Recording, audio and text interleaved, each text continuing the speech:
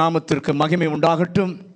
ஆராதனைக்குள்ளே நம்மை நடத்தின தேவன், நம்மை ஆளுகை செய்தவர், இந்த காலை வேளையிலும் தம்முடைய வார்த்தையின் மூலமாக நம்மோடு கூட பேசுவதற்கு நம்முடைய இருதயங்களை, செவிகளை நாம் திறந்து கொடுப்போம். கர்த்தர் நம்மோடு கூட இடைவிடுவாராக. வாசிக்கலாம். லூக்கா எழுதின சுவிசேஷம் 23வது அதிகாரம் 47வது வசனம். லூக்கா 23:47. 100க்கு அதிபதி சம்பவித்ததை கண்டு மெய்யாகவே இந்த மனுஷன் நீதிபரனாய் இருந்தான் என்று சொல்லி தேவனை மகிமைப்படுத்தினான். இந்த வசனத்தை எல்லாரும் சேர்ந்து வாசிக்கலாமா? எடுத்துக்கொள்ளுங்க எல்லாரும் கையில். லூக்கா 23:47. 100க்கு அதிபதி சம்பவித்ததை கண்டு மெய்யாகவே இந்த மனுஷன் நீதிபரனாய் இருந்தான் என்று சொல்லி தேவனை மகிமைப்படுத்தினான். அந்த கூட்டத்துக்குள்ளே ஒருவன் தேவனை மகிமைப்படுத்துகிறான். என்ன சொல்லி மகிமைப்படுத்துகிறான்? இவர் நீ மகா நீதிபரராய் இருந்தார். அல்லேலூயா. இந்த காலை வேளையிலே கொல்கத்தாவிலே 3 தீர்ப்புகள் என்ற அடிப்படையில் வேத வசனத்தை இந்த காலை வேளையிலே நாம் தியானிக்க இருக்கிறோம். பக்கத்தில் பாசுங்க. கொல்கத்தாவிலே 3 தீர்ப்புகள் என்ற வார்த்தையில் ஆண்டவர் பேசுறதுக்கு கொஞ்சம் காது கொடுத்து கேளுங்க. அல்லேலூயா. முதலாவது தீர்ப்பு பரலோகத்தினுடைய தீர்ப்பு. முதல் தீர்ப்பு என்ன? பரலோகத்தினுடைய தீர்ப்பு. என்ன தீர்ப்பு? நீதிமானாய் இருந்த, பாவமே செய்யாது தம்முடைய குமாரனை பாவமாக்கினார், சாபமாக்கினார். முழு மனு குலத்தினுடைய பாவத்தை அவர் மேல் சுமர பண்ணினார். நம்மேல இருந்த ஆக்கினை எல்லாம் அவர் மேலே வந்து நிற்க கர்த்தர் செய்தார். இது தேவனே, அதாவது நம்முடைய பிதாவானவர் தீர்மானித்து அவரே விரும்பி செய்த ஒரு காரியம். அதை தவிர வேறு வழி இல்லாததினாலே இந்த காரியத்தை செய்தார். 2வது தீர்ப்பு, பரலோக அரசு இவர் தண்டிக்கப்பட வேண்டும் என்று சொல்லி தீர்த்ததினாலே அல்லது தீர்மானத்தினாலே உலக அரசு, அன்று இருந்த மனுக்குலம், அன்று இருந்த மனிதர்கள் இயேசுவின் மேலே ஒரு தீர்ப்பை வழங்கினார்கள். அது என்ன தீர்ப்பு? இவன் குற்றவாளி. இவன் யாரு? குற்றவாளி, மரணத்திற்கு பாத்திரவானாய் இருக்கிறவன். அவர் குற்றம் செய்யாதவர். இயேசு யாரு? குற்றம் செய்யாதவர். அவர் குற்றமே செய்யவில்லை.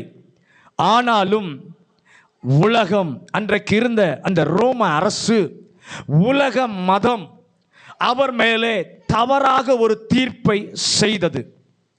இந்த இரண்டும் இருக்கும்போது எங்கோ ஒரு இடத்திலிருந்து ஒரு எதிர்பாராத ஒரு தீர்ப்பு வருகிறது. 3வது அந்த தீர்ப்பு என்ன? இவர் நீதிபரராய் இருந்தார். அல்லேலூயா. ஏதோ போகிற போக்கிலே யாரோ ஒருவர் சொல்லவில்லை, அனைத்து இந்த காரியங்கள் அனைத்தையும் செய்வதற்கு யார் பொறுப்புள்ளவனாய் இருந்தானோ அந்த மனிதன் சொல்கிறான், இவர் நீதிபரராய் இருந்தார். அல்லேலூயா. இந்த 3 தீர்ப்புகளையும் இயக்கியவை எவை? இவைகள் வெளிப்பட காரணமாய் இருந்தது என்ன அப்படின்னா, the love of God. அல்லேலூயா. அல்லேலூயா. தேவன் தம்முடைய ஒரே பேரான குமாரனை விசுவாசிக்கிறவன் எவனோ அவன் கெட்டு போகாமல் நித்திய ஜீவனை அடையும்படிக்கு அவரை தந்துருளி இவ்வளவாய் உலகத்திலே அன்பு கூர்ந்தார். இதற்கு பின்னால் இன்னொரு வல்லமையும் இருந்தது. ஏசாயாவின் புஸ்தகம் 53வது அதிகாரம் 5வது வசனம். ஏசாயா 53வது அதிகாரம் 5வது வசனம். நம்முடைய மீறுதல்களின் நிமித்தம் அவர் காயப்பட்டு நம்முடைய அக்கிரமங்களின் நிமித்தம் அவர் நொறுக்கப்பட்டார். நமக்கு சமாதானத்தை உண்டு பண்ணும் ஆக்கினை அவர் மேல் வந்தது. அவருடைய தழும்புகளால் குணமாகிறோம். இங்கே வாசிக்கிறோம், நம்முடைய மீறுதல்களின் நிமித்தம் அவர் காயப்பட்டு, நம்முடைய அக்கிரமங்களின் நிமித்தம் அவர் நொறுக்கப்பட்டார், நமக்கு சமாதானத்தை உண்டு பண்ணும் ஆக்கினை அவர் மேல் வந்தது. தேவனுடைய அன்பின் வல்லமை கிரியை செய்தது போல தேவனுடைய நீதியின் வல்லமையும் செயல்பட்டு கொண்டு இருந்ததால் இயேசு நமக்காக மரிக்க அவர் தவறு செய்யவில்லை. நன்றாக கவனிங்க, அவர் தவறு செய்யவில்லை. நம்முடைய அக்கிரமங்கள் எல்லாம், பக்கத்தில் பார்த்து சொல்லுங்க, நம்முடைய அக்கிரமங்கள் எல்லாம், நாம் நம்மேல வர வேண்டிய தண்டனைகள், நாம் அடைய வேண்டிய ஆக்கினை எல்லாவற்றையும் அவர் ஏற்றுக்கொண்டு மரிக்க அவசியப்பட்டது. இவை இரண்டும் வல்லமையாக செயல்பட்டு கொண்டிருந்த போது அரசாங்க, அதாவது ஆங்காங்கே கண்ணுக்கு தெரியாத விதத்திலும் கண்ணுக்கு தெரிந்த விதத்திலும் தேவ வல்லமை செயல்படுவதையும் நாம் இந்த வேத பகுதியிலே பார்க்க முடியும். அல்லேலூயா. திடீரென்று சூரியன் மறைந்து போகிறது, பூமி அந்தகாரமாகிறது, பூமி அதிர்ச்சி ஏற்படுகிறது, கல்லறைகள் திறக்கிறது. இந்த காலையில் 100க்கு அதிபதி கொடுத்த சாட்சிகளை, தேவனுடைய வல்லமை இந்த மனிதனை எப்படி செய்யும்படியாய் வைத்தது, இந்த சாட்சிக்கு பின்னாலே வெளிப்படுகிறதான தேவனுடைய வல்லமையினுடைய 3 செயல்களை, அந்த காரியங்களை பார்க்க கர்த்தர் இந்த காலை வேளையிலே நமக்கு கிருபை தருவாராக. அதை கேட்கும் போதே, ஆண்டவரே, அதே வல்லமை, அதே செயல்பாடு எங்களுக்காக இன்றும் கிரியை செய்யும், அதே வல்லமை எங்களுடைய சூழ்நிலையிலும் ஆண்டவரே வெளிப்படும் என்ற எதிர்பார்ப்போடு, ஜெபத்தோடு கர்த்தருடைய வார்த்தையை நாம் கவனிக்க, பெற்றுக்கொள்ள, அனுபவிக்க கர்த்தர் கிருபை தருவாராக. அந்த 3 செயல்பாடு என்ன, கர்த்தர் செய்கிறது என்ன? முதல் செயல்பாடு, ஆண்டவர் அமைதியாக செயல்படுகிறார். முதல் செயல்பாடு என்ன? ஆண்டவர் அமைதியாக, அவருடைய வல்லமையினுடைய முதல் செயல்பாடு, ஆண்டவர் அமைதியாக செயல்படுகிறார். இங்கே பார்க்கிறோம், இவர் நீதிபரர் என்று சொல்ல வைத்ததே இந்த சத்தம் எந்த சூழ்நிலையில் வருகிறது? எல்லாம் இயேசுவுக்கு எதிர்ப்பாக இருக்கும் போது தான் இவர் நீதிபரர் என்ற சத்தம் வருகிறது. அல்லேலூயா. அனைத்தும் எதிர்ப்பாக இருக்கிறது. 3 பெரிய சக்திகள், மதத்தின் வல்லமை, அங்கிருந்த ஆட்சியாளர்கள், அவரை சூழ இருந்ததான ஜனங்கள், இத்தனையும், இந்த 3 வல்லமையும் இயேசுவுக்கு விரோதமாக கிரியை செய்கிறது. அங்கிருந்த சூழ்நிலையிலே அவர் தப்பிப்பதற்கு வழியே இல்லை. அந்த சூழ்நிலையில் அவர் தப்பிப்பதற்கு வழியே இல்லை. அந்த நேரத்தில் இதை நடத்தி கொண்டிருக்கும் இடத்தின் மத்தியில் இருந்தே ஒரு சத்தம் வருகிறது. அந்த சத்தம் என்ன?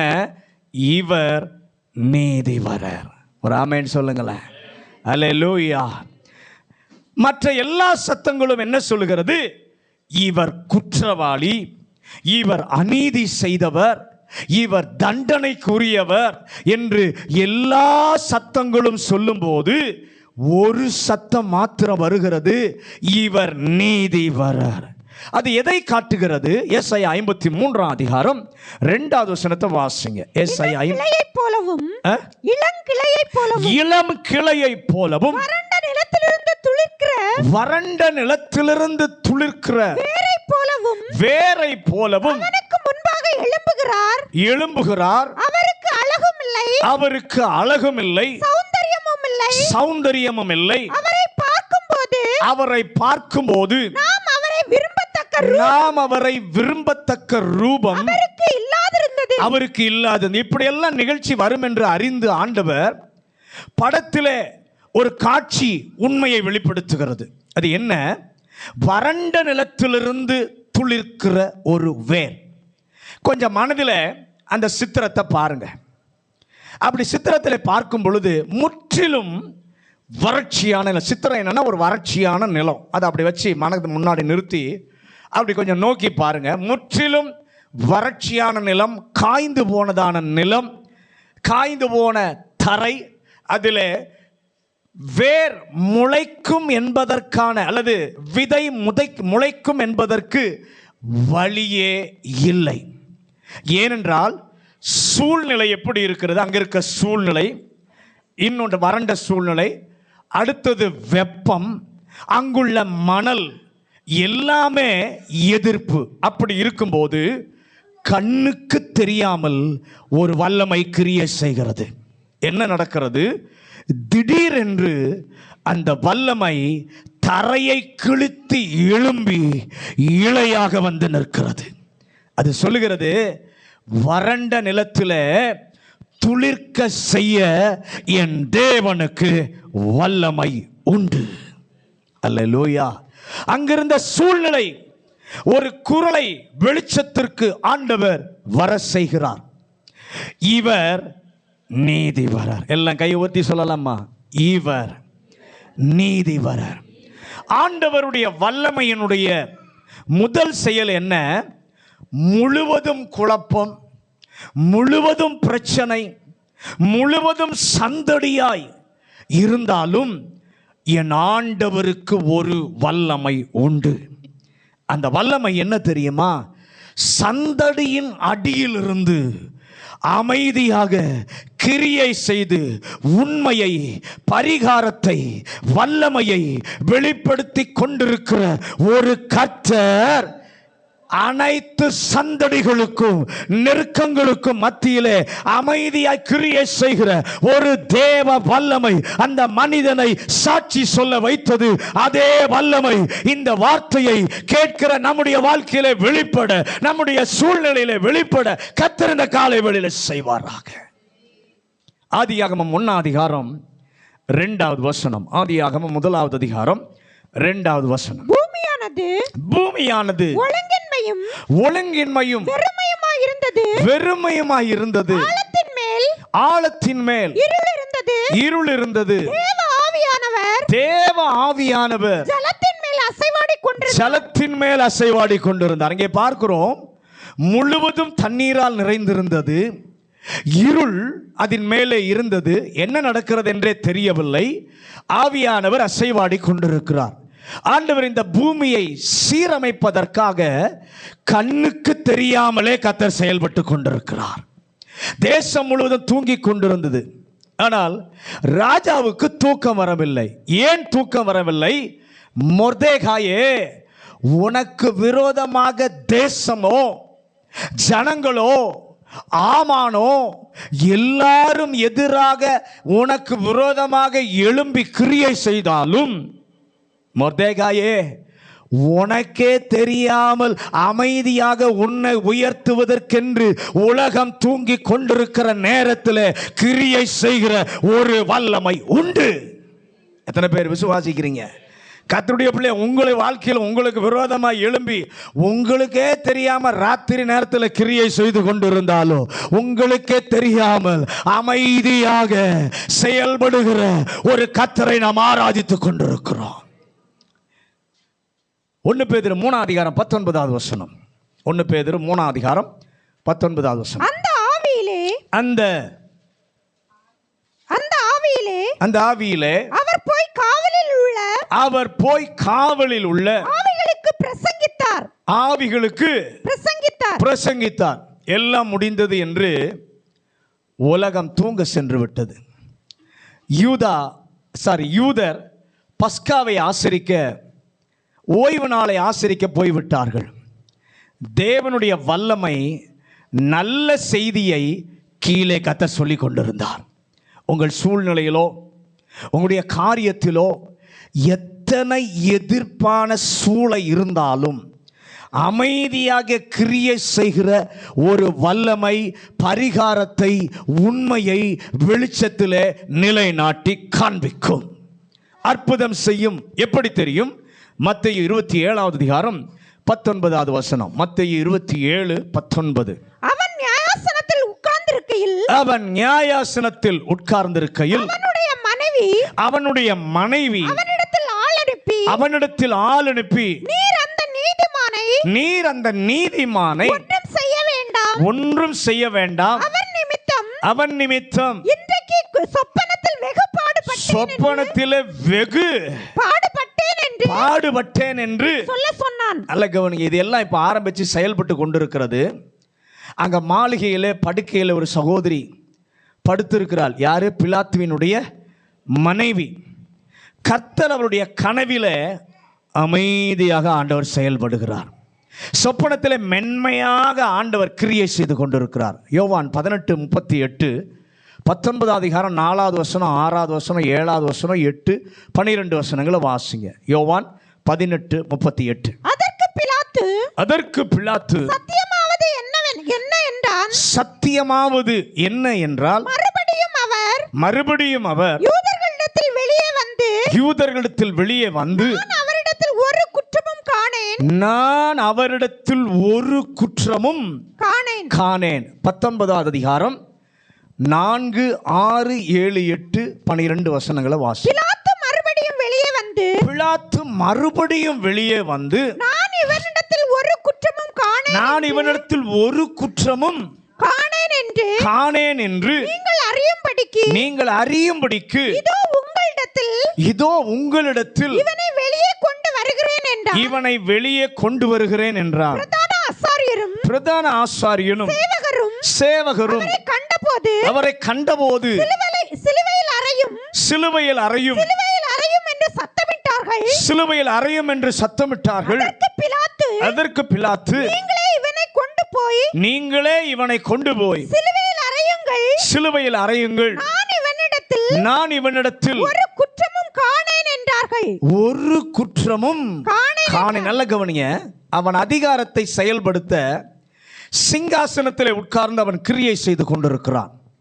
இயேசு சொல்வதை கேட்கிறான், ஜனங்கள் சொல்வதை கேட்கிறான். கேட்கும்போது அவனுக்குள் ஆச்சரியம் வருகிறது.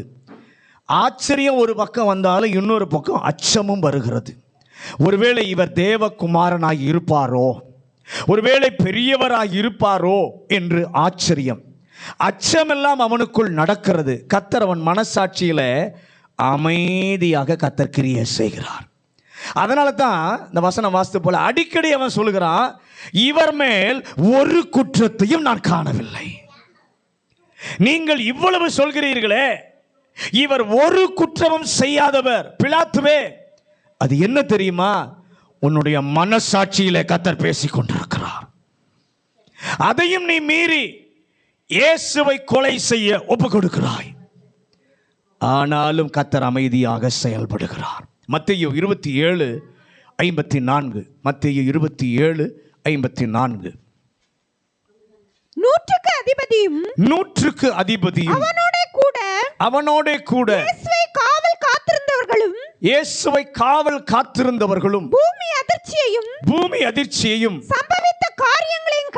சம்பவித்த காரியங்களையும் கண்டு மிகவும் பயந்து மெய்யாகவே இவர் தேவனுடைய குமாரன் என்று என்றார்கள். நல்ல கவனிங்க, திடீரென்று ஒரு பூமி அதிர்ச்சியை பார்த்த உடனே யார் பயப்படக்கூடாதோ அவன் பயப்படுகிறான். யார் பயப்படக்கூடாதோ அவன் பயப்படுகிறான். யார் பயப்படக்கூடாது? நூற்றுக்கு அதிபதி பயப்படக்கூடாது. இடியே விழுந்தாலும் அவன் பயப்படக்கூடாது. அவன் பயந்து, அங்க கர்த்தர் என்ன செய்கிறார் பாருங்க. அவன் மனதிலே ஆண்டவர் வேலை செய்கிறார். அவன் ஒவ்வொன்றையும் அப்படியே கவனிக்கிறான். இயேசுவை குறித்து சொல்லப்படுவது, இயேசுவை குறித்து பேசப்படுவது, சுற்றிலும் நடப்பது, இவையெல்லாம் அவன் கண்டு அந்த நிகழ்வுகளை எல்லாம், கண்ணுக்கு தெரிபவைகளை எல்லாம் அவன் பார்த்து கொண்டிருக்கும் போது அமைதியாக ஆண்டவர் அவன் மனதிலே செயல் புரிந்து கொண்டிருக்கிறார். இந்த ஆராதனையில கர்த்தர் முதலில் சொன்னதை தவிர இரண்டையும் செய்து கொண்டிருப்பார். என்னது? சொப்பனத்திற்கு தான் இங்கே இடம் இல்லை. சொப்பனத்திற்கு தான் இங்கே இடம் இல்லை. யாரும் தூங்கக்கூடாது. ஏன்னா யாரும் தூங்கக்கூடாது. சொப்பனத்திற்கு மட்டும் இங்கே இடம் இல்லை. ஆனால் ஆண்டவர் மனசாட்சியிலும் கிரியை செய்வார், மனதிலும் கர்த்தர் கிரியை செய்வார். பிலாத்துவினுடைய மனதில் இன்னும் சொல்லப்போனா பிலாத்தினுடைய மனைவியினுடைய மனதில் ஆண்டவர் கிரியை செய்த உடனே தன்னால் முடிந்ததை அவள் செய்தாள்.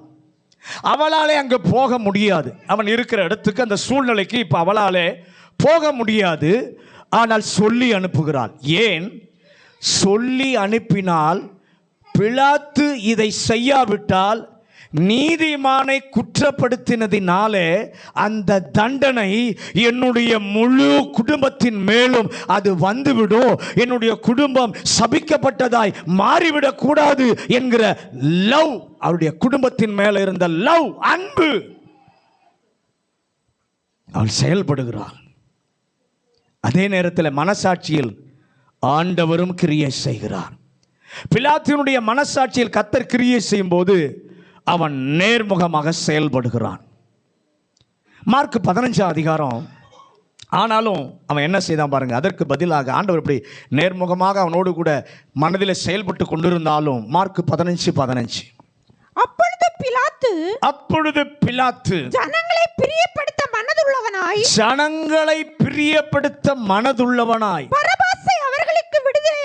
பரபாசை அவர்களுக்கு விடுதலையாக்கி இயேசுவையோ வாரினால் அடிப்பித்து சிலுவையிலே அறையும்படிக்கு கொடுத்தான். நல்ல கவனிங்க. அவன் ஜனங்களை, அந்த வசனம் அழகா சொல்லுது, ஜனங்களை பிரியப்படுத்த மனதுள்ளவனாக. ஆனா யோவான் சுவிசேஷத்திற்கு நீங்க வரும் பொழுது ஜனங்கள் சொல்லுகிறார்கள், நீர் இவனை குற்றவாளி என தீர்க்காவிட்டால் ராயனுக்கு விரோதியாய் இருப்பீர், உம்முடைய பொசிஷன் போய்விடும் என்று சொன்ன உடனே நாற்காலியின் மேலே பிலாத்துக்கு ஒரு விருப்பம், தன்மேல் அவனுக்கு ஆசை, நாற்காலியின் மேலே ஆசை. இந்த ரெண்டு ஆசைகளும் அவனை எதிர்மறையாக செயல்பட வைத்தது. ஆனால் நூற்றுக்கு அதிபதியுடைய மனதில் ஆண்டவர் கிரியை செய்கிறார். கிரியை செய்யும் போது அவன் ரெஸ்பான்ஸ் எப்படி இருந்தது? அந்த நூற்றுக்கு அதிபதியினுடைய ரெஸ்பான்ஸ் எப்படி இருந்தது?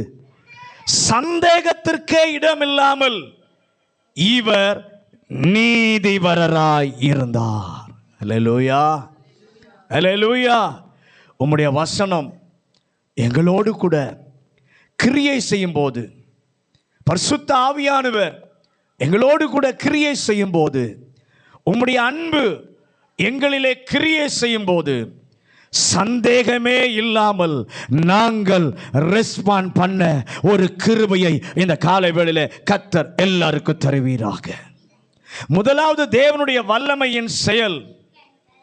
எத்தனை எதிர்ப்புகள் இருந்தாலும், எத்தனை சந்தடிகள் இருந்தாலும், தேவனுடைய வல்லமை அமைதியாக நமக்காக செயல்பட்டு உண்மையான கிரியை செய்கிற ஒரு வல்லமை உண்டு என்பதை இந்த காலை வேளையிலே கர்த்தர் நமக்கு ஞாபகப்படுத்துகிறார்.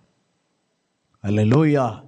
இரண்டாவதுடைய வல்லமையினுடைய செயல்பாடு மத்தேயு 27:19 அதிகாரம் 27வது வசனம், லூக்கா 23:47. மத்தேயு 27:19-27, லூக்கா 23:47. அவன் நியாயாசனத்தில் உட்கார்ந்திருக்கையில் அவனுடைய மனைவி அவனிடத்தில் ஆள் அனுப்பி,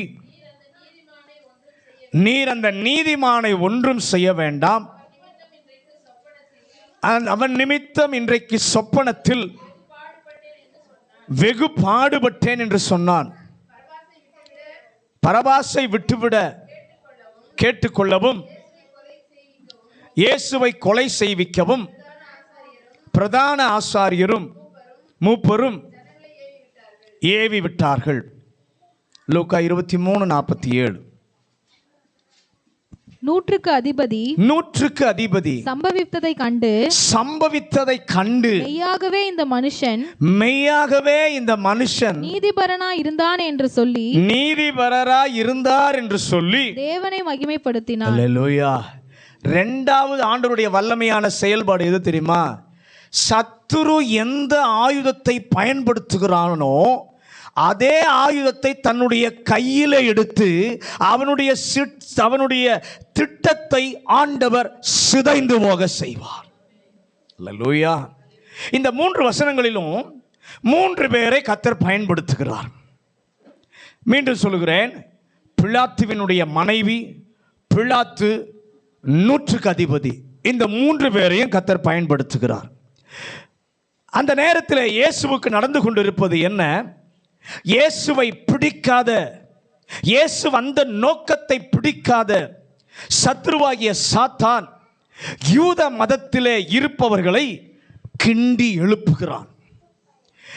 முதலாவது அவர்களை வைத்துதான் அவர் மேலே அவன் குற்றம் சுமத்துகிறான். தங்களுடைய குற்றத்தை நிறைவேற்றிக் கொள்வதற்கு அவர்களுக்கு இருந்த ஆயுதம் ரோம அதிகாரம், ரோம அரசினுடைய வல்லமை. ரோம அரசினுடைய வல்லமையை பயன்படுத்தி, அந்த சட்டத்தை பயன்படுத்தி இயேசுவினுடைய மேலிருந்த பொறாமையை தீர்த்து கொள்ள பயன்படுத்தினான். அந்த நேரத்தில் இயேசு என்ன செய்தார்? அவரும் 3 ரோமரை எழுப்புகிறார். 3 பேரை அவன் எழுப்புனா, அதே ரோமரிலிருந்து 3 பேரை கர்த்தர் எழுப்புகிறார். அல்லேலூயா. என்ன நடக்கிறது? 3 பேர் என்ன சொல்லுகிறார்கள்? அவர் நீதிமான், அவருக்கு ஒன்றும் செய்வதற்கு செய்யாதிரும் என்று சொல்லி கொடுக்கப்படுகிறது. பிலாத்துவை பார்க்கும் பொழுது பிலாத்து தண்ணீரை எடுத்து கையை கழுவி சொல்கிறான், இந்த நீதிமானிடத்தில் ஒரு குற்றமும் காணவில்லை. நூற்றுக்கு அதிபதி சொல்கிறான், இவர் நீதிபரர்.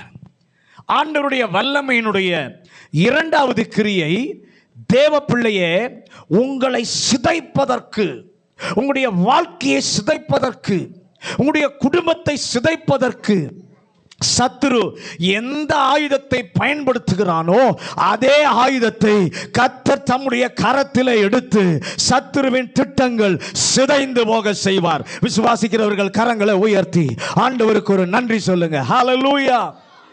அவர் தம்முடைய வல்லமையினாலே அழிக்க அவருக்கு தெரியும். நேரடியாக இல்லாமல் ஆக்கவும் தெரியும். நீ ரோமனையே பயன்படுத்துகிறாயா? ரோமனையே பயன்படுத்தி இயேசுவை அழிக்க நினைத்தால், குற்றவாளி என தீர்த்து தண்டனை கொடுக்க நினைத்தால், நானும் ரோமர்களை எழுப்பி அவர் குற்றமற்றவர் என்பதை பதிவு செய்ய நான் விரும்புகிறேன். இது அன்று மட்டுமல்ல, நம்முடைய தனிப்பட்ட வாழ்க்கையினுடைய சூழ்நிலையிலும் கர்த்தர் அதை நிச்சயம் செய்வார். எதை பயன்படுத்தி, யாரை பயன்படுத்தி தேவ ஜனத்திற்கு இடையூறு செய்ய நினைக்கிறானோ அதே ஆளையே கர்த்தர் பயன்படுத்தி நன்மை செய்ய, சத்துரு திட்டத்தை தகர்க்க கர்த்தர் பயன்படுத்துவார். ஆபக்கூக்கின் புஸ்தகம் 3வது அதிகாரம் 14வது வசனம். ஆபக்கூக் 3வது அதிகாரம் 14வது வசனம். என்னை சிதறடிப்பதற்கு பெரும் காற்றை போல் வந்தார்கள். சிறுமையானவனை மறைவிடத்திலே பட்சிப்பது அவர்களுக்கு சந்தோஷமாயிருந்தது. நீர் அவனுடைய ஈட்டிகளினாலேயே அவனுடைய கிராமத்து அதிபதிகளை உருவ குத்தினீர். தலைவனுக்கு அதிபதிகள் இருக்கிறார்கள். தலைவன் என்ன செய்கிறான்?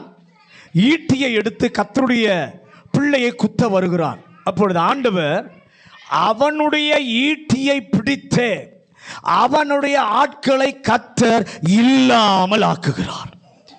கோலியாத்தை கீழே வீழ்த்தி ஆகிவிட்டது. கர்த்தர் ஒரு சின்ன கூழாங்கல்லை பயன்படுத்தி தம்முடைய வல்லமையை கொடுத்து பெரிய பர்வதமாய் நின்ற கோலியாத்தை வீழ்த்த கிரியை செய்தார். இப்போ தலையை எடுக்கணும், கோலியாத்தினுடைய தலையை எடுக்கணும். தலையெடுக்க என்ன செய்ய? கோலியாத்தினுடைய பட்டயத்தை வைத்து அவனுடைய தலையை எடுக்க கர்த்தர் செய்தார். அல்லேலூயா. 1 சாமுவேல் 17 அதிகாரம் 51 வசனத்தை வாசிங்க. 1 சாமுவேல் 17:51. 1 சாமுவேல் 17:51. கொஞ்சம் பிள்ளைகள் அமைதியாக கொஞ்சம் பார்த்துக்கோங்க. ஆகையால் தாவீது பெலிஸ்தரண்டையில் ஓடி அவன் மேல் நின்று அவன் பட்டயத்தை எடுத்து அதன் உரையிலிருந்து உருவி அவனை கொன்று அதனாலே அவனுடைய தலையை வெட்டி போட்டான். அப்பொழுது தங்கள் வீரன் செத்து போனான் என்று பெலிஸ்தர் கண்டு போனார்கள். அல்லேலூயா. எந்த சத்துருவை எழுப்பினானோ அந்த சத்துருவினுடைய ஆயுதத்தை வைத்தே தலையை எடுக்க உதவி செய்தவர் நம்முடைய தேவன்.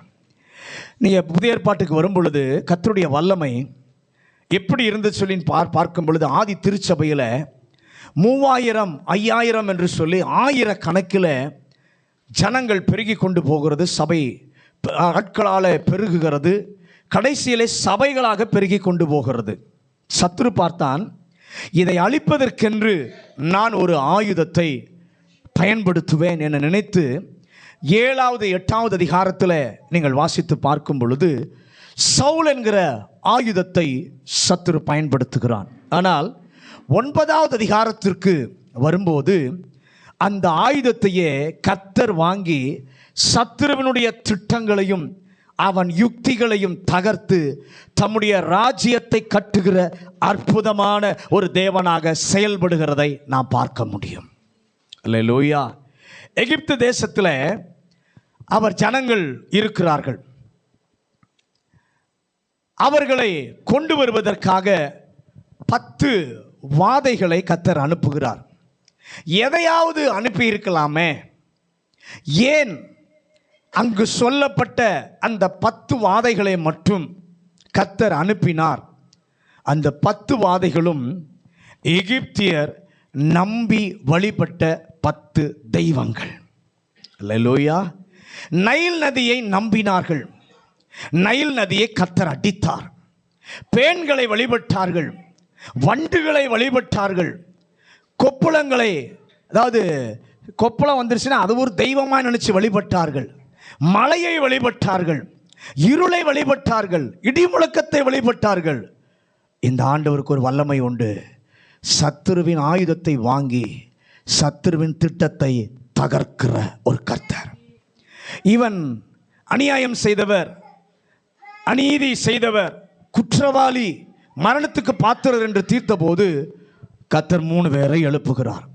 3 பேரும் ரோமர்களாக இருந்தார்கள். அதற்கு முன்பு ஆண்டவர் செய்ததை கொஞ்சம் சொல்லுகிறேன். மத்தேயு 27 அதிகாரம் 4வது வசனத்தை வாசிங்க. மத்தேயு 27:4. குற்றமில்லாத இரத்தத்தை நான் காட்டி கொடுத்ததினால் பாவம் செய்தேன் என்றான். அதற்கு அவர்கள் எங்களுக்கு என்ன, அது உன்பாடு என்றார்கள். இதையெல்லாம் ஆரம்பிக்க யார் காரணமாக இருந்தானோ கர்த்தர் அவனையே பிடித்து அவன் சொல்லுகிறான், குற்றமில்லாத இரத்தத்தை நான் காட்டி கொடுத்தேனே. ஆண்டவருடைய வல்லமை என்ன செய்யும்? யார் அந்த பிரச்சனை துவங்க சத்துரு பயன்படுத்தினானோ அந்த ஆளை வைத்து அவர் நீதி உள்ளவர், அவர் குற்றமற்றவர் என்று சொல்ல வைப்பார். ஆண்டவர் 3 யூதர்களை பெறுகிறார். இந்த 3வரையும் கர்த்தர் எடுத்து சத்துருவை வெட்கப்படுவதற்காக கர்த்தர் பயன்படுத்துகிறார். இந்த 3 பேர் மட்டுமல்ல, வேறு 2 ரோம வீரர்களையும் கர்த்தர் பயன்படுத்துகிறார். யோவான் 19 அதிகாரம் 32 37 வரைக்கும் வாசிங்க. அந்தபடி போர் சேவகர் வந்து அவருடனே கூட சிலுவையிலே அறையப்பட்ட முந்தினவனுடைய கால் எலும்புகளையும் மற்றவனுடைய கால் எலும்புகளையும் முறித்தார்கள். அவர்கள் இயேசுவினிடத்தில் வந்து அவர் மரித்திருக்கிறதை கண்டு அவருடைய கால் எலும்புகளை முறிக்கவில்லை. ஆகிலும் போர் சேவகரில் ஒருவன் ஈட்டியினாலே அவருடைய விலாவில் குத்தினான். உடனே ரத்தமும் தண்ணீரும் புறப்பட்டது. அதை கண்டவன் சாட்சி கொடுக்கிறான். அவனுடைய சாட்சி மெய்யா இருக்கிறது. நீங்கள் விசுவாசிக்கும்படி நான் சொல்லுகிறது மெய் என்று அவன் அறிந்திருக்கிறான். அவருடைய எலும்புகளில் ஒன்றும் முறிக்கப்படுவதில்லை என்கிற வேத வாக்கியம் வேத வாக்கியம் நிறைவேறும்படி இவைகள் நடந்தது. அன்றைக்கு ஒரு வழக்கம் இருந்துச்சு. என்னன்னா, ஓய்வு நாளிலே சரீரம் தொங்கக்கூடாது, அதற்கு முன்பு அதை அடக்கம் செய்து விட வேண்டும். அப்படி மரிக்காமல் இருந்தால், அது வரைக்கும் அப்படி நடந்ததே இல்லை.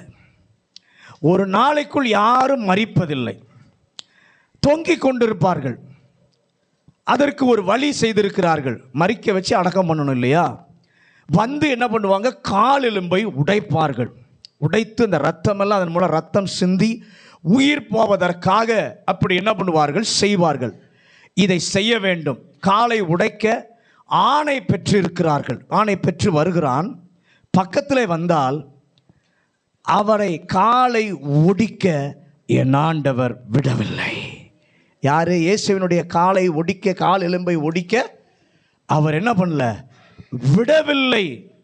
காலை ஒடித்து உயிர் போக செய்ய வேண்டும் என நினைத்தால் கர்த்தர் சொல்லுகிறார், என்ன சொல்லுகிறார்?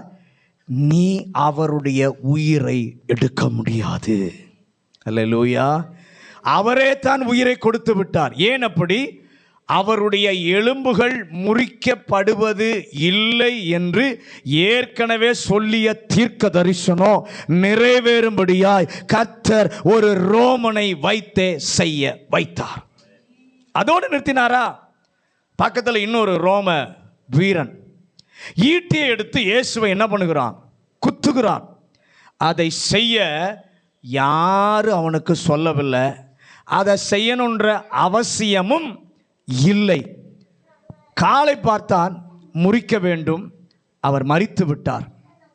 காலை முறிக்க முடியவில்லை, மரித்து விட்டார் அல்லவா? ஏன்பா குத்தினாய்? உயிர் போக வேண்டும் என்றால் குத்தலாம். நீ ஏன் குத்தினாய்? அவர் தான் ஏற்கனவே மரிச்சிட்டாரே, ஏன் குத்தினாய் என்று அவனிடத்தில் கேட்டிருந்தால் அவன் சொல்லியிருப்பான், எனக்கே தெரியாது, ஏதோ ஒன்று என்னை செய்ய வைத்தது. எனக்கே தெரியாது, ஏதோ ஒன்று என்னை செய்ய வைத்தது. உனக்கு தெரியாதப்பா, எங்களுக்கு தெரியும். ஒரு தேவன் இருக்கிறார், அவர் விரோதியை வைத்தே தம்முடைய வார்த்தை நிறைவேற கிரியை செய்பவர். அவரை குற்றவாளிகள், குற்றம் சுமத்தினவர்கள் அவரை நோக்கி பார்ப்பார்கள் என்ற வசனம் நிறைவேற, அந்த வசனமும் தெரியாத, யாரும் சொல்லாத நிலையில் ஒரு ரோமன் அவரை குத்துவதற்கு என் தேவன் கிரியை செய்தாரானால், அதே வல்லமை இந்த காலையிலும் செயல்படுகிற வல்லமையாயிருக்கிறது. தனி திட்டத்தை நிறைவேற்ற அவன் மனதுக்குள்ளே போட்டு தனியாய் நிறைவேற்ற போட்ட அவன் திட்டங்களை நிறைவேற்றாமல் தடுப்பதற்கு சத்துரு யாரை பயன்படுத்துகிறானோ அவரை வைத்து என் தேவன் தம்முடைய தீர்க்க தரிசனத்தை நிறைவேற்றவும் கர்த்தர் பயன்படுத்துவார். ஆண்டவர் சத்துருக்கு சொல்லுகிறார், உன் திட்டத்தினால் தான் சிலுவையில் அடிக்கப்பட்டார், தலையிலே கிரீடம் என்று நீ நினைக்கிறாய். சாத்தானே, அப்படி அல்ல. உன்னுடைய பிளான் அல்லப்பா, ஏற்கனவே தீர்க்க தரிசனமாய் சொல்லப்பட்ட என்னுடைய பிளான் நிறைவேறி கொண்டிருக்கிறது. கையை உயர்த்தி, ஆண்டவரே உம்முடைய ஆச்சரிய வல்லமைக்காக நன்றி சொல்லுகிறோம். முதலாவது, எத்தனை எதிர்ப்புகள் சந்தடிகளின் மத்தியிலும் தேவ வல்லமை அமைதியாய் கிரியை செய்யும். ரெண்டாவது, எதிரி தாக்க நினைத்ததை வைத்து எதிரியினுடைய திட்டங்களை முறித்து நமக்கு சாதகமான கிரியை செய்கிற அவருடைய வல்லமை. மூன்றாவது, ஆண்டவருடைய வல்லமையின் கிரியை என்ன? லூக்கா 23:47. லூக்கா 23:47. நூற்றுக்கு அதிபதி சம்பவித்ததை கண்டு மெய்யாகவே இந்த மனுஷன் நீதிபரனாய் இருந்தான் என்று சொல்லி. மூணாவது, ஆண்டவருடைய கிரியை என்ன தெரியுமா செய்யும்? தேவ வல்லமை ஒன்று, நம்மிலே பதிலை உருவாக்குவார், அல்லது நம்மையே அந்த சூழ்நிலைக்கு பதிலாக கர்த்தர் உருவாக்குவார். பிலாத்து சொன்ன தீர்ப்பு, ஜனங்கள் எதிர்பார்த்த தீர்ப்பு, தீர்ப்பை நிறைவேற்ற ஒருவனை முக்கியத்துவப்படுத்துகிறார்கள். அவன் யார் என்று சொன்னால் நூற்றுக்கு அதிபதி. அவன்தான் அனைத்தையும் அப்படியே செய்ய வேண்டும். அப்படி செய்கிற நேரத்தில் கர்த்தருடைய வல்லமை செய்வதை பார்த்தால் உலகத்தின் நிலைமைக்கு, உலகத்தின் தீர்ப்புக்கு கர்த்தர் இந்த மனிதனை பதிலாக உருவாக்குகிறார். மூணாவது கர்த்தருடைய வல்லமை உலகத்தினுடைய கேள்விகள், உலகத்தினுடைய தீர்ப்புகள், இவைகளுக்கு ஒன்று தேவன் நம்மில் பதிலை உருவாக்குவார், அல்லது நம்மையே அந்த சூழ்நிலைக்கு பதிலாக கர்த்தர் உருவாக்குவார். உலகத்தினுடைய நிலைமைக்கு இந்த 100க்கு அதிபதி ஆண்டவர் பதிலாக ஆக்குகிறார். எப்படி? இந்த 100க்கு அதிபதி அங்கு பேச வேண்டிய வேலையே கிடையாது. இந்த 100க்கு அதிபதி அங்கே பேச வேண்டிய வேலையே கிடையாது. எல்லாம் முடிந்த உடனே டெத் சர்டிஃபிகேட் மட்டும்தான் அவர் சொல்லுவார். 100க்கு அதிபதி என்ன சொல்லுவார்? Death certificate.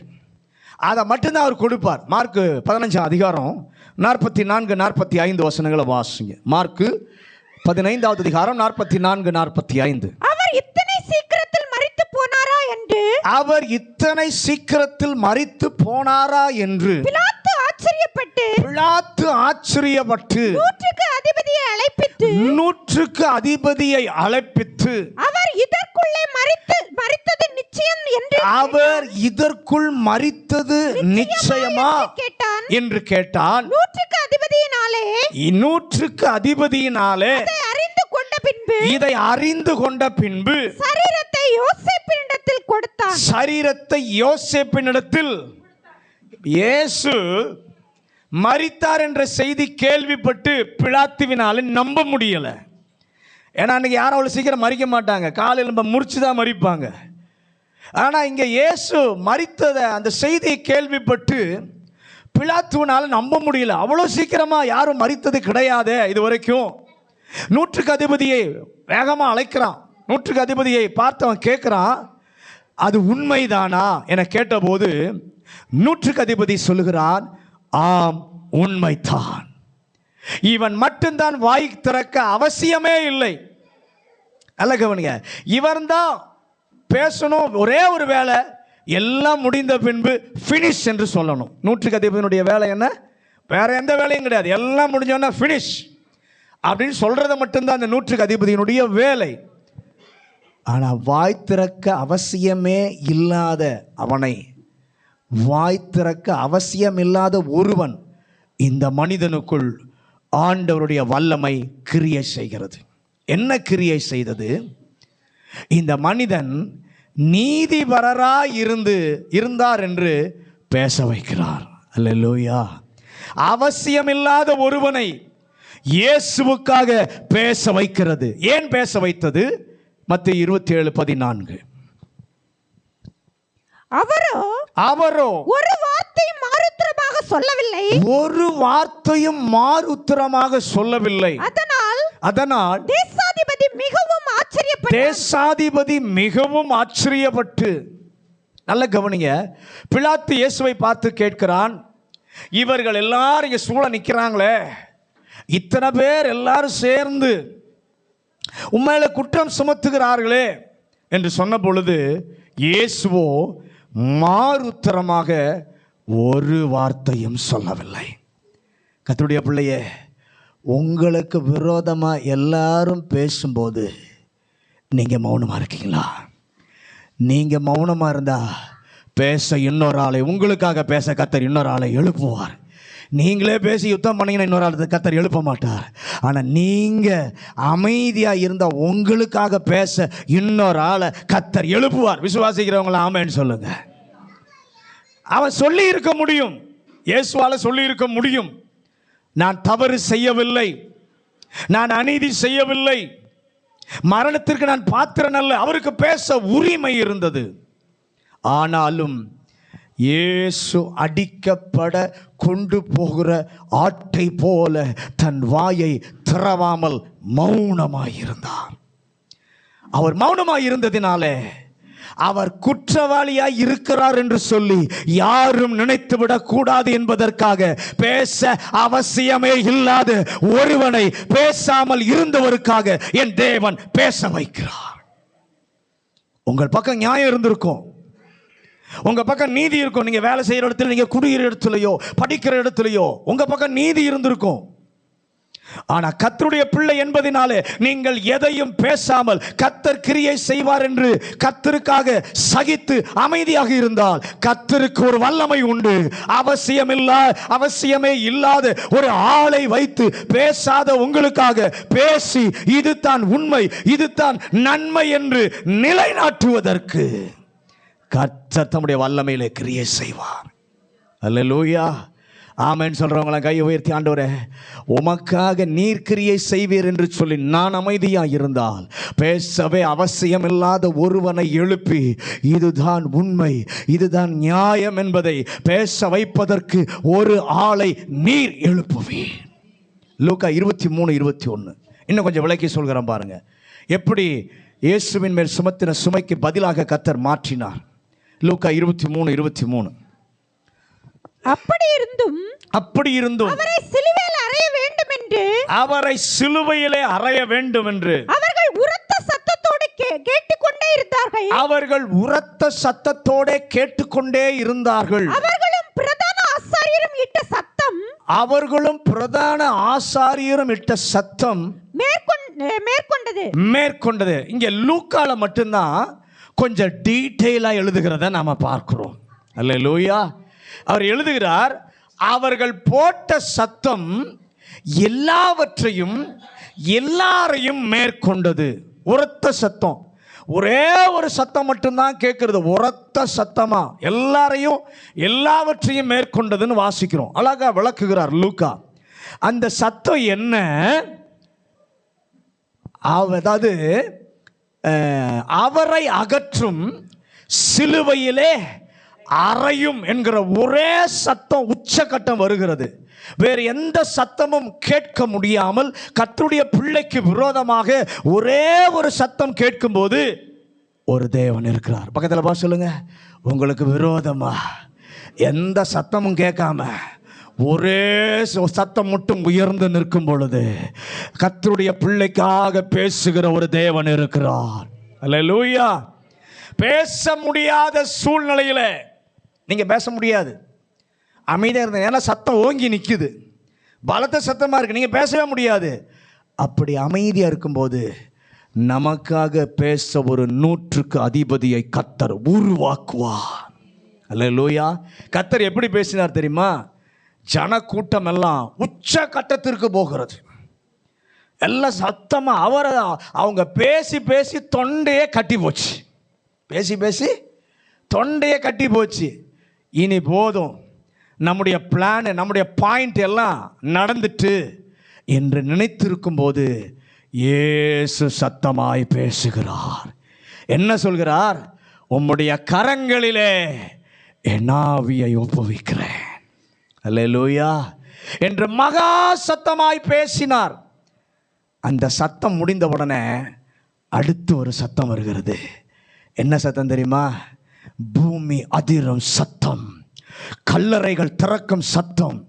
பிதாவாகிய தேவன் பேசுகிறார். முதல்ல இயேசு பேசினார், பிதாவே உம்முடைய கைகளில் என் ஆவியை ஒப்புவிக்கிறேன். பூமி எதிர்ச்சி, கல்லறைகள் திறக்கப்பட்டது. பிதா பேசுகிறார், இயேசுவும் பேசினார், பிதாவும் பேசினான். பிதா பேசி எல்லாரும் பேசாமல் அமைதியா இருக்கும்போது 100க்கு அதிபதியும் சத்தமிட்டு பேசுகிறார், இவர் நீதிபரர்.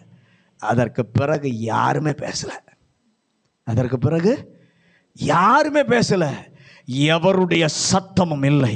கர்த்தருடைய பிள்ளையே, கர்த்தருக்காக நீங்கள் சகித்து பேச வேண்டிய நியாயம் இருந்தும் சில நேரத்தில் கர்த்தருக்காக நீங்கள் அமைதி காத்தால் இயேசுவும் பேசுவார், பிதாவும் பேசுவார். நமக்காக பேச சரியான ஆளையும் கர்த்தர் எழுப்புவார். கையை தட்டி கர்த்தரை மகிமைப்படுத்துங்களேன். பக்கத்தில் இப்போ கையை கொடுத்து சொல்லுங்க, நீங்க பேச வேண்டிய சூழ்நிலையில் கர்த்தருக்காக பேசாமல் அமைதி காத்தால் உங்களுக்காக இயேசுவும் பேசுவார், பிதாவும் பேசுவார். உங்களுக்காக பேச ஒரு ஆளையும் கர்த்தர் எழுப்புவார். ஹல்லேலூயா, ஹல்லேலூயா. ஆண்டவரே, நீர் பதில் கொடுப்பவர். நாம் கொடுக்க அவசியம் இல்லை. இந்தியாவிலும் கொடுப்பார், இலங்கையிலும் கொடுப்பார், ஜப்பானிலும் கொடுப்பார், அமெரிக்காவிலும் கொடுப்பார். எந்த தேசத்திலும் பதில் கொடுக்க என் இயேசுவுக்கு வல்லமை உண்டு.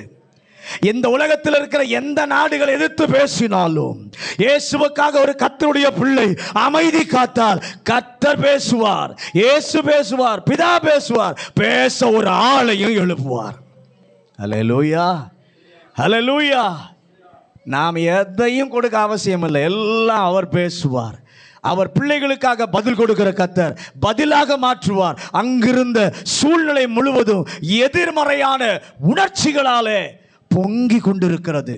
அங்க என்ன இருக்குன்னா பொறாமை, கொலைவெறி, அநியாயம், இவை அனைத்தும் சேர்ந்து கொந்தளித்து கொண்டிருக்கிறது.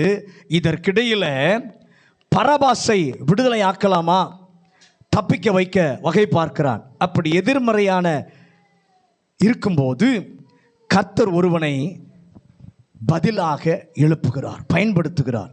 கர்த்தர் 100க்கு அதிபதியை காண்பிக்கிறார். இவர் நீதிபரர்.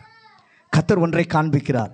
முழு உலகமும் உணர்ச்சி வசப்பட்டு உணர்ச்சியினாலே பொங்கிக் கொண்டிருக்கும் போது சபைக்காக பேச, அவருடைய ஜனத்திற்காக பேச யோசிக்கக்கூடிய ஒரு பதிலை ஆண்டவர் குரலாக கொண்டு வந்து நிறுத்துவார். எத்தனை பேர் விசுவாசிக்கிறீங்க? சபைக்கு விரோதமாக பேசும் பொழுது, தேவ ஜனங்களுக்கு விரோதமாக பேசும்போது பதிலாக எழும்புகிற ஒரு குரலை கர்த்தர் கொண்டு வந்து நிறுத்துவார். எதிர்மறையான உணர்வுகளால் கொந்தளித்த உலகிற்கு இதன் நடுவிலும் தெளிவாய் பார்க்க ஒரு கர்த்தருடைய கிரியினாலே மாற்றப்படுகிற மனிதர் உண்டு என்பதை கர்த்தர் காண்பிக்க விரும்புகிறார். அல்லேலூயா. இவ்வளவு பெரிய தேவனை ஆராதிக்கிற நீங்களும் நானும் அவருடைய வல்லமை இன்னும் புரிந்து கொள்ளாமல் இருக்கிறோமே. அப்படியே எல்லாரும் முழங்காற்படிடுமா? ஆண்டவருடைய வல்லமையான செயல்பாடு பேசவே அவசியம் இல்லாத ஒருவனை பேச வைக்கிறார். இவர் நீதிபரர். அங்கே சிலுவையில் எல்லாம் நடந்து கொண்டிருக்கும் போது ஆண்டவருடைய 3 செயல்பாடுகளும் அங்கே நடந்து கொண்டிருக்கிறது. எதிர் வல்லமைகள் எல்லாம் கிரியை செய்து கொண்டிருக்கும் பொழுது ஆண்டவருடைய வல்லமையான 3 செயல்கள் எல்லாம் எதிராக நடந்து கொண்டிருக்கும் எத்தனை இருந்தாலும் கர்த்தர் அமைதியாய் செயல்பட்டு கொண்டிருக்கிறார். 2வது ஆண்டவர் அவருடைய வல்லமை என்னன்னா, எதிரி எந்த ஆயுதத்தை யாரை பயன்படுத்துகிறானோ அவனை வைத்து சத்துருவினுடைய வல்லமையை நிர்மூலமாக்குவதற்கு அந்த நபரையே கர்த்தர் பயன்படுத்துகிறார். 3வது ஆண்டவர் அவருடைய வல்லமை என்ன தெரியுமா செய்து, அந்த சூழ்நிலைக்கு, பிரச்சனைக்கு நம்மையே கர்த்தர் பதிலாக உருவாக்குகிறார், அல்லது நம்மிலே பதிலை உருவாக்குவார். இந்த வல்லமையான தேவனுடைய செயல் அன்றைக்கு வெளிப்பட்டது போல குரல் உயர்ந்திருந்தாலும், எவ்வளவு சத்தம் எதையும் கேட்க முடியாமல் இருந்தாலும் ஒரு கர்த்தருடைய சத்தம் உயருகிறது. பிதாவே, உம்முடைய கைகளில் என் ஆவியை ஒப்புக் கொடுக்கிறேன். அவர் பேசின உடனே பிதா பேசுறாரு. கல்லறைகள், பூமி அதிர்ச்சி உண்டாகுது, கல்லறைகள் திறக்குது. இயேசுவுக்காக பேச இன்னொரு மனிதனையும் எழுப்புகிறார். இன்றைக்கு உங்களுக்காக இயேசுவும் பேசுவார், பிதாவும் பேசுவார். உங்களுக்காக பேச ஒரு நபரையும் கர்த்தர் உருவாக்குவார். இந்த தேவனுக்கு அர்ப்பணியுங்கள், இந்த தேவனுக்கு விட்டு கொடுங்கள் உங்கள் வாழ்க்கையை. ஹல்லேலூயா, ஸ்தோத்திரம். பரலோக பிதாவே, இந்த நல்ல காலை வேளைக்காக நன்றி ஆண்டவரே. இந்த காலை வேளையில் உம்முடைய சன்னிதானத்திற்கு எங்களை கொண்டு வந்து உம்முடைய வார்த்தைகளை தியானிக்க எங்களுக்கு ஒரு கிருபை கொடுத்தீர். உம்முடைய 3 விதமான வல்லமைகள், அன்ற 3 தீர்ப்புகளின் நடுவிலே உம்முடைய 3 விதமான வல்லமைகள் செயல்படுவதை இந்த காலையில் எங்களுக்கு உணர்த்தி காட்டினீரே, நன்றி அப்பா. பிரச்சனைகள், காரியங்கள், சூழ்நிலைகள் எல்லாம் எதிராக நடந்து கொண்டிருக்கும் பொழுது, சந்தடியாய் இருக்கும் போது நீர் அமைதியாய் கிரியை செய்கிறவராயிருக்கிறீர் ஆண்டவரே. சத்துரு எல்லாம் செய்து கொண்டிருக்கும் போது, சத்துரு எந்த ஆயுதத்தை பயன்படுத்துகிறானோ, சத்துரு எந்த நபரை பயன்படுத்துகிறானோ அதே நபரை வைத்து அவனுடைய திட்டத்தை முறிப்பதற்காக அவர்களையே நீர் பயன்படுத்துகிற தேவனாயிருக்கிறீர். அந்த பிரச்சனைக்கு எங்களிலிருந்து பதிலை வெளிப்பட பண்ணுகிறீர், அல்லது எங்களையே பதிலாக நீர் உருவாக்குகிறீர். உமக்கு நன்றி டாடி. இந்த வார்த்தை இன்னைக்கு எங்களை தைரியப்படுத்தினதற்காக ஸ்தோத்திரம். வந்த ஒவ்வொரு பிள்ளைகளும் இந்த வசனத்தால் கர்த்தர் இடைகட்டுவாராக. தொடர்ந்து உமக்காக ஓட கர்த்தர் கிருபை தாரும். இயேசுவின் அதிகாரமுள்ள நாமத்தில் ஜெபிக்கிறோம் நல்ல பிதாவே.